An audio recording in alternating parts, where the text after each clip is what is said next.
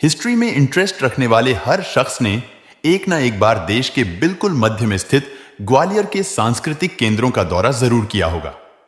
ढेरों ऐतिहासिक तथ्यों को अपने अंदर समेटे हुए यह शहर आज अपने किले ग्वालियर फोर्ट के लिए ज्यादा जाना चाहता है। यहां पर मौजूद मंदिर हमारे कल्चर और आर्किटेक्चर की कहानी बयां करते हैं। इसके एक नहीं कई कारण है जिसने इस शहर को देश ही नहीं बल्कि विदेशों में भी खासा लोकप्रिय बना दिया है। इन्हीं में से एक कारण है यहां पर स्थित चतुर्भुज मंदिर। कहते हैं कि आज जिस संख्या को हम जीरो के रूप में जानते और इस्तेमाल करते हैं उसका सबसे पुराना रिकॉर्ड यहीं इस मंदिर में रिकॉर्डेड है। मित्रों, इस ऐतिहासिक तथ्य और साक्ष्य को आपके सामने प्रस्तुत करने से पहले आपसे निवेदन है कि कृपया हमारे चैनल को लाइक करें, सब्सक्राइब करें और यदि आपको ऐसा लगे कि इस वीडियो के माध्यम से आपको इस देश और इसके संस्कृति के बारे में कुछ जानकारी मिली है तो कृपया इस वीडियो को अपने यार मित्रों और सगे संबंधियों के साथ शेयर जरूर करें। शून्य की उत्पत्ति की लेकर जो भी अनसुनी बातें हैं उसके बारे में बताने से पहले आइए हम जरा ग्वालियर के इतिहास पर भी थोड़ी सी नजर डाल लेते हैं, जो अपने आप में काफी ऐतिहासिक और रोचक रहा है। इस शहर पर कभी तोमरों के राजपूत वंश ने शासन किया था। बाद में इस पर 16वीं शताब्दी की शुरुआत में मुगल सम्राट बाबर का कब्जा हो गया। यह शहर अकबर के दरबार के 9 रत्नों में से एक संगीतकार और कवि तानसेन का घर भी रहा है। शायद यही वजह है कि ग्वालियर घराना न केवल देश के सबसे पुराने हिंदुस्तानी शास्त्रीय संगीत विद्यालयों में से एक है बल्कि सबसे सम्मानित भी है। यह वही स्थान है जहां रानी लक्ष्मीबाई ने 1857 में विद्रोह के दौरान अपनी अंतिम सांस ली थी।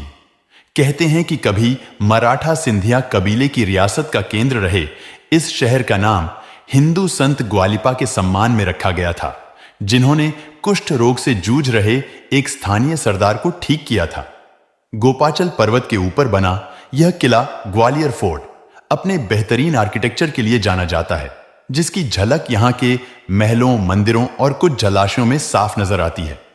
यहीं पर 15वीं शताब्दी में बना रॉक कट जैन स्मारक भी है। इसके अलावा द्रविड़ शैली का तेली का मंदिर और गुजरी महल भी लोगों को अपनी ओर बरबस खींचता है। गुजरी महल का निर्माण राजा मान सिंह ने अपनी रानी मृगनयनी के लिए किया था। किले का दूसरा महल मान मंदिर पैलेस है, जिसका निर्माण तोमर शासन के दौरान करवाया गया था।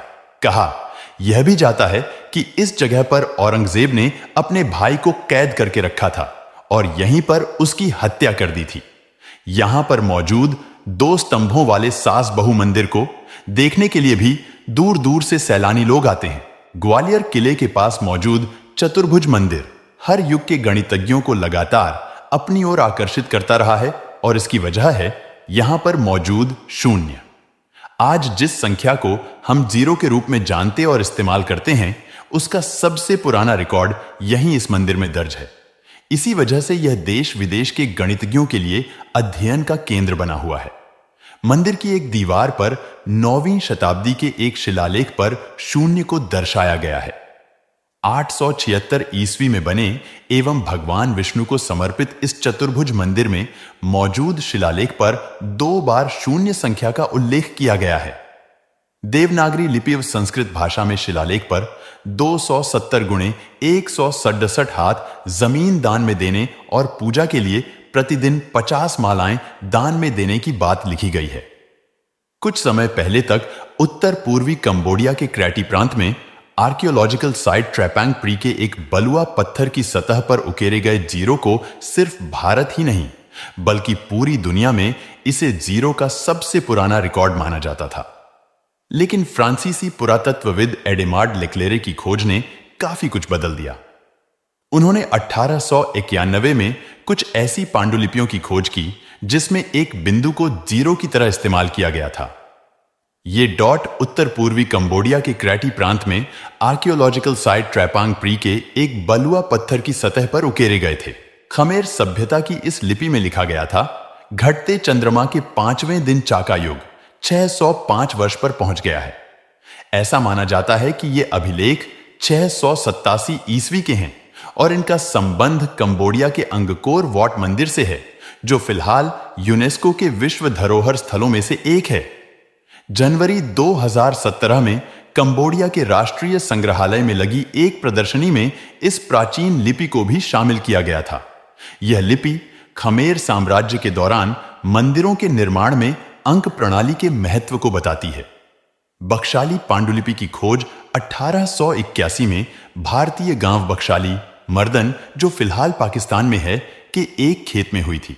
सबसे पहले जापानी विद्वान डॉक्टर हयाशी ताकाओ ने इस लिपि पर शोध किया और बताया कि इस लिपि की उत्पत्ति संभवतः 8वीं और 12वीं शताब्दी के बीच हुई थी। Encyclopedia on off the history on off science, technology and medicine in non western culture में उन्होंने अपने एक लेख में लिखा था कि इस लिपि में कई तरह के कार्यों में गणितीय नियमों और उदाहरणों का संकलन था। बाद में जब 1902 में पांडुलिपि को ऑक्सफोर्ड यूनिवर्सिटी की बोडलियन लाइब्रेरी में लाया गया तो वैज्ञानिकों ने इसकी उत्पत्ति का पता लगाने के लिए कार्बन डेटिंग का प्रयोग किया। उन्होंने कहा कि पांडुलिपि में 70 बहुत नाजुक बर्च की छाल वाले पृष्ठ हैं और यह कम से कम 3 अलग अलग समय में लिखे गए थे। इसलिए शोधकर्ता इसकी उत्पत्ति का सही पता नहीं लगा पाए हैं।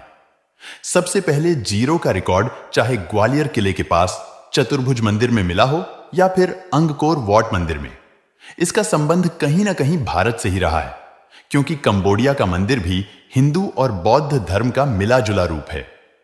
ऑक्सफोर्ड यूनिवर्सिटी के शोधकर्ताओं के अनुसार यह बात तो तय है कि भारतीय गणितज्ञ 3री या 4थी शताब्दी से शून्य का इस्तेमाल करते आ रहे थे। इस लिपि में सैकड़ों शून्य हैं, जिनमें से सभी को एक साधारण डांट का उपयोग करके दर्शाया गया। यकीनन यह दुनिया भर में जीरो का पहला उल्लेख है।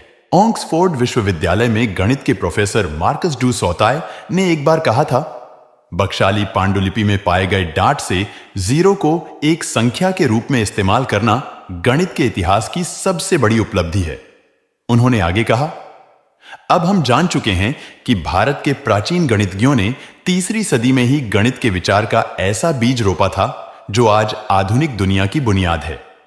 तो इन खोजों से यह तो साफ है कि प्राचीन काल में भारतीय उपमहाद्वीप में गणित की विद्या खूब फल फूल रही थी। साल 2013 में ब्रिटिश लेखक एलेक्स बेलॉज ने ग्वालियर फोर्ट के साथ चतुर्भुज मंदिर का दौरा किया था। वह बीबीसी रेडियो डॉक्यूमेंट्री निर्वाण बाय नंबर्स के लिए शोध कर रहे थे। उन्होंने अपने एक लेख में लिखा था कि वे भारतीय ही थे जिन्होंने पहली बार जीरो को 1 और 9 से जोड़कर उसे दूसरी संख्याओं के समान महत्वपूर्ण बना दिया और इसे गणित के इतिहास में संभवतः सबसे बड़ी वैचारिक छलांग के रूप में दर्शाया गया था। उन्होंने लिखा कि उपमहाद्वीप में ही पहली बार जीरो से संख्या तैयार की गई थी। प्लेस होल्डर के रूप में शून्य का इस्तेमाल संख्यात्मक पैमाने पर रैंकिंग की डिग्री को दर्शाने के लिए किया जाता था।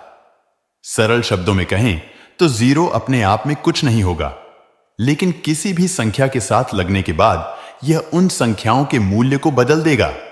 जीरो का इस्तेमाल ऐसी जगहों के लिए भी किया गया जहां कुछ भी नहीं होता है। उन्होंने कहा कि चीनियों ने जीरो का इस्तेमाल ऐसी ही कुछ जगहों के लिए किया, जबकि बेबीलोनियों ने एक प्लेस होल्डर के रूप में जीरो को माना था। एलेक्स जब ग्वालियर के जीवाजी विश्वविद्यालय में गणित की प्रोफेसर रेणु जैन से मिले तो जीरो को देखने का उनका नजरिया ही बदल गया।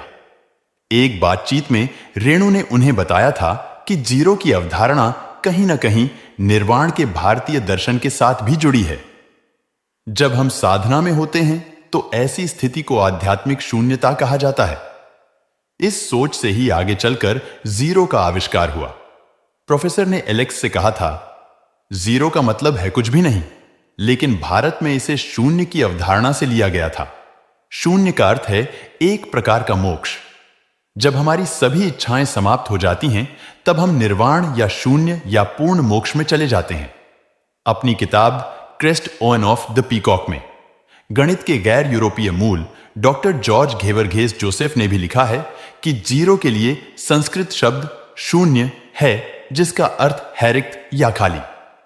वहीं ऋग्वेद के पवित्र ग्रंथों में अभाव या कमी की परिभाषा के साथ इसे जोड़ा गया था।